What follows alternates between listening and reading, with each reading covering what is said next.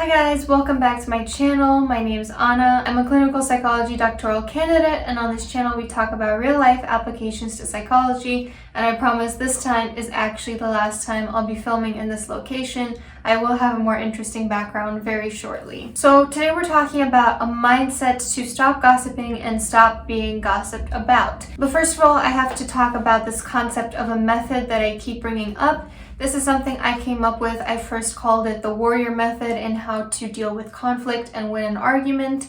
I then came up with something called the Mediterranean method for how to be less perfectionistic, less obsessive, more mindful in the moment. And now we're talking about the mobster method or the mafioso method. A method is really just this concept of internalizing the mindset of an archetype, whether it be a siesta lounging Mediterranean chill person or a mobster or an ancient warrior. Why am I calling this one the mobster method or the mafioso method? Well, I've been rewatching The Sopranos and I really like the attitude that the mafia takes towards divulging information. Because there's the constant fear that there's a rat wearing a wire or giving information to the FBI, or that their phones are tapped, or that the wrong person will hear something incriminating. And because the stakes are so high and the wrong person hearing something could result in decades-long incarceration, mobsters are very careful with their words. They make sure to speak vaguely in a way that's not incriminating, and to only speak freely in places that are known to be safe, and to only divulge information to trusted individuals. The benefits of this method are twofold. First of all, it discourages you from gossiping and protects you from the consequences of you talking shit. Because gossiping can corrode your sense of self, especially if you value integrity or treating other people with kindness. If you're constantly talking badly about other people and being mean behind closed doors, you might be experiencing cognitive dissonance about the person you are versus the person you want to be. But not only is it not a very nice thing to do, it's also something that can end up hurting you in the end.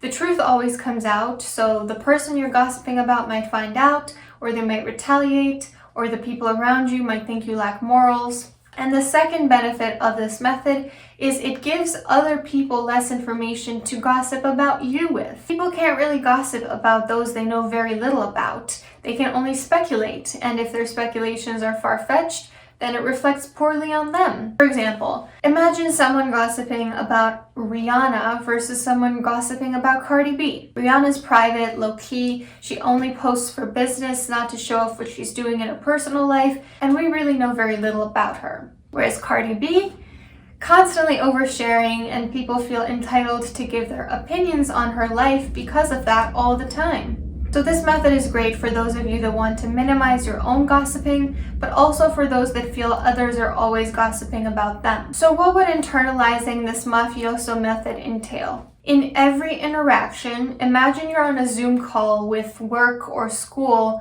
and that your microphone is accidentally unmuted. How would that change what you say or how you say it? Maybe instead of turning to your partner and saying, "Jeremy from work is being an asshole," you'd say something like, "I feel frustrated. One of my coworkers spoke to me passively aggressively again." What's different here? You're being more vague. You're not naming a name, so if Jeremy hears, he can't prove you're talking about him specifically. You're expressing why this is affecting you, so feeling of frustration, rather than just gossiping for the sake of it. There's a purpose to you expressing it.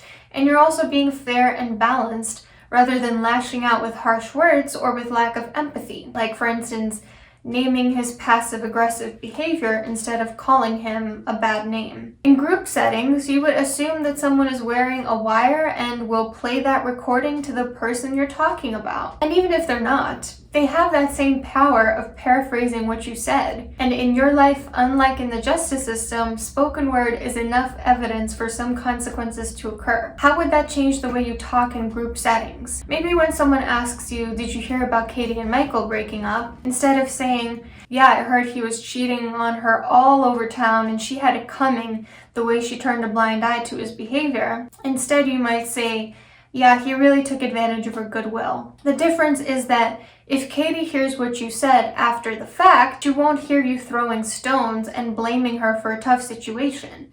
Even if you feel she let Michael walk all over her, You don't have to explicitly say that. You're instead thinking about how she might feel if she heard you say that, and how she might feel about you if she heard you say that. In one-on-one conversations, act like the other person is a journalist and that everything you're saying will go on record. When the other person asks, "How are you doing? How's your relationship going?"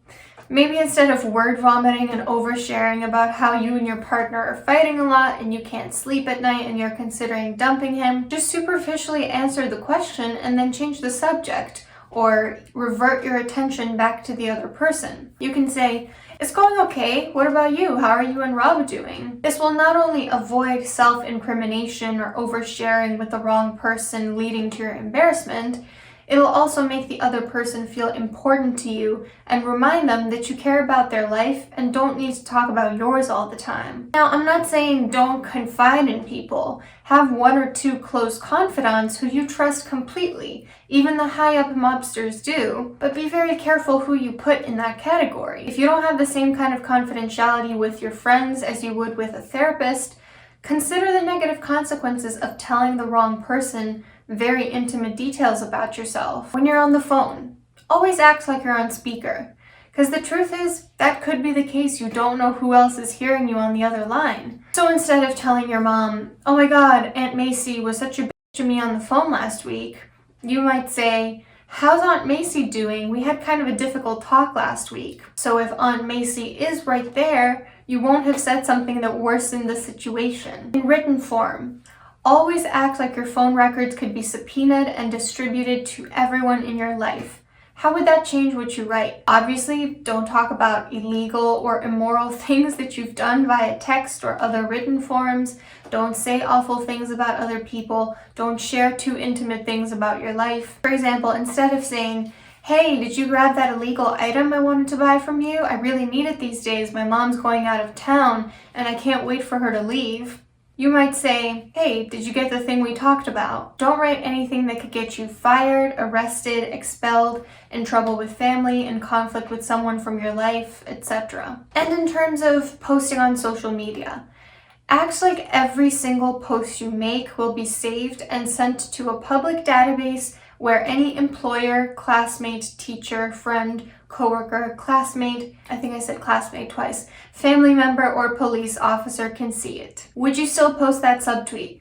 Would you still post that drunk photo? Would you still post you're at a restaurant where you still are while your ex has been trying to pop up where you are? Would you still post a Facebook status that spreads misinformation? Would you still post a screenshot of a conversation you had with someone who doesn't really have beef with you? If no, post nothing.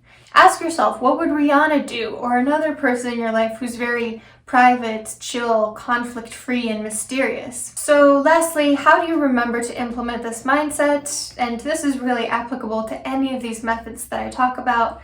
You can set alarms throughout the day. You can have one while you're drinking your morning coffee, some throughout the day, one after school or work, etc. Whatever works best for you. You could put post-its on your laptop or someplace where you see it often, like the bathroom window or the kitchen cupboard. It could even just be a keyword like mafioso. No one's gonna know what that means. You can make your wallpaper on your phone or laptop something that reminds you of this method. You can also keep a journal where you rate how you did in each activity in terms of implementing this mindset. So those were my thoughts on the mafioso method, how to avoid gossiping and being gossiped about. Hope this was interesting to you. If you try it out, let me know how it goes, and hope you have a great rest of your day.